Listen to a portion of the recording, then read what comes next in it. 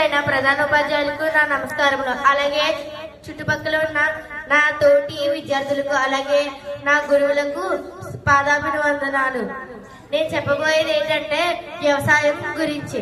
వ్యవసాయం అంటే ఒక రైతు 6 నెలలు కష్టపడి తను పండించే పంటను ఎలా పండిస్తాడో అది మొత్తం నేను చెప్పబోతున్నాను. అగ్రికల్చర్ లో ఉండేది ప్రధానమైన ఎన్నో లక్ష్యాలు ఉన్నాయి. అవన్నింటి పద్ధతులను ఉపయోగిస్తేనే రైతు ఇప్పుడు మనం తినడానికి అన్నం ఇవ్వగలడు. రైతు కష్టపడితేనే కానీ ఇంకెవ్వరు అన్నం తయారు చేయలేరు.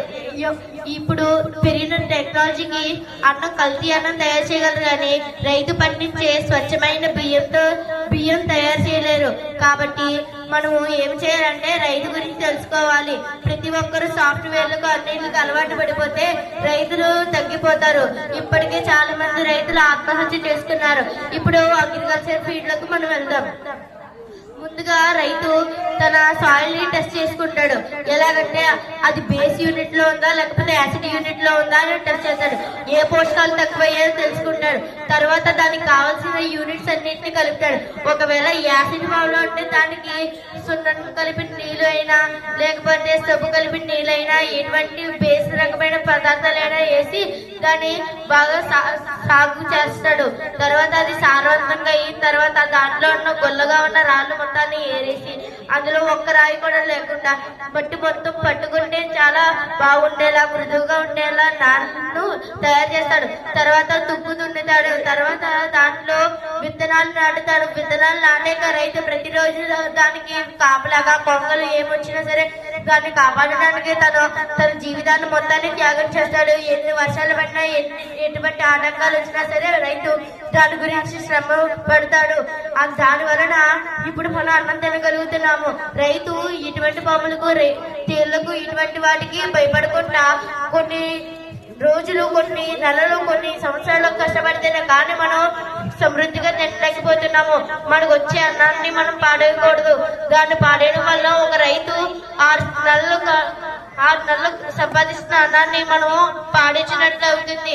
మనం అందరం బాగానే ఉంటాం కానీ రైతులు కానీ తగ్గిపోయారంటే ఎవ్వరు అన్నం పండించే వాళ్ళు ఉండరు. ఒక్కరు కూడా చెప్పలేరు రైతు ఎలా పండిస్తారని. మనం ఏం చేయాలప్పుడు అప్పుడు ఎటువంటి శాస్త్రీయమైన ఇటువంటివి ఉపయోగపడవు. అలాంటివి ఉపయోగపడాలంటే ఇంకా మనం నాలెడ్జ్ లో ముందుకెళ్ళాలి. అలా నాలెడ్జ్ లో ముందుకెళ్ళి అగ్రికల్చర్ ఫీల్డ్ కూడా ఉండి ఆ అగ్రికల్చర్ గురించి మనం తెలుసుకోవాలి. ఆ రైతు కొన్ని నెలలు కొన్ని సంవత్సరాలు కష్టపడితేనే కానీ ఇంత బియ్యం రాదు. మనమే మన ఇండియాయే ప్రతి దాంట్లో ఫస్ట్ ఉంది. ఎందుకంటే మన ఇండియా బనానాస్ క్రాప్స్ లో కూడా ఫస్ట్ ఉంది. అలాగే సొల్యూషియస్ క్రాప్ లో కూడా మనమే ఫస్ట్. అలాగే రైతు పండించే ధాన్యం ఉంది కదా, ఇప్పుడు ధాన్యం ఉంది. ఆ ధాన్యం మొత్తం మన దేశం నుండి ఎగుమతి అవుతుంది. ప్రతి దానికి దిగుమతి అవుతుంది, ఎగుమతి అవుతుంది. ఎక్స్పోర్ట్ చేస్తున్నాం. మనము ఇంపోర్టేషన్ నుండి మనం కొద్దిగా తెచ్చుకుంటున్నాం, కొన్నేమో వారికి పంపిస్తున్నాం. ప్రధానంగా మన ఇండియా బ్యాక్ బోన్ ఏంటంటే అగ్రికల్చర్ ఫీల్డ్ లో మనం పండించేవి అనగా ఒకటే ఉంటాయి. అందులో ఎక్కువ ఖరీఫ్ క్రాప్, రెడీఫ్ క్రాప్, జేడు. ఈ జేడ్ లో ఏమో వాటర్ మెలన్స్, జవారు, బంజరం పండుతాయి. అలాగే రబీ క్రాప్ అది సమ్మర్.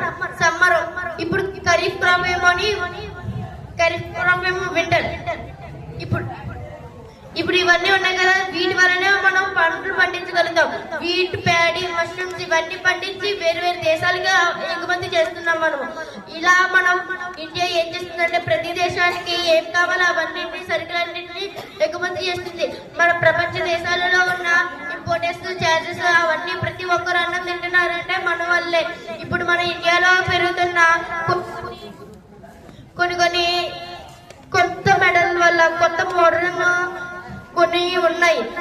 వాటిని ఉపయోగిస్తే నీటి యూసేజ్ తగ్గుతుంది. రైతు స్ప్రింక్లర్ మెథడ్ ఇంకా డ్రిప్ ఇరిగేషన్ మెథడ్ ని వాడుతున్నాడు. దాని వల్ల నీళ్లకు తగ్గుతాయి. అలాగే ప్రతి మొక్కకి తగినంత నీళ్లు సరిపోతుంది. అలా రైతు 6 నెలలు కష్టపడితేనే కానీ ఒక ముద్ద అన్నం రాదు. మనకు ఒక ముద్ద అన్నం రావడానికి ఎంతో కష్టపడాలి. దానికోసం మనము కష్టపడి మనం కొనుక్కుంటేనే కానీ బియ్యం రాదు. కానీ ఇప్పుడు ప్రభుత్వం మన కోసం ఫ్రీగా బియ్యం ఇస్తుంది. కానీ మనం ఏం చేస్తున్నామంటే అన్నాన్ని పారేస్తున్నాము. పాడేయకుండా మనం ఒక రైతు ఎంత కష్టపడినాడో దాన్ని గుర్తు చేసుకొని రైతులా మనం ఆలోచించి ఆ అన్నానికి తగినంత విలువ ఉండాలి. ఆ అన్నానికి విలువ కడితేనే కానీ రైతులు ఎంతో మంది ఉన్నారు.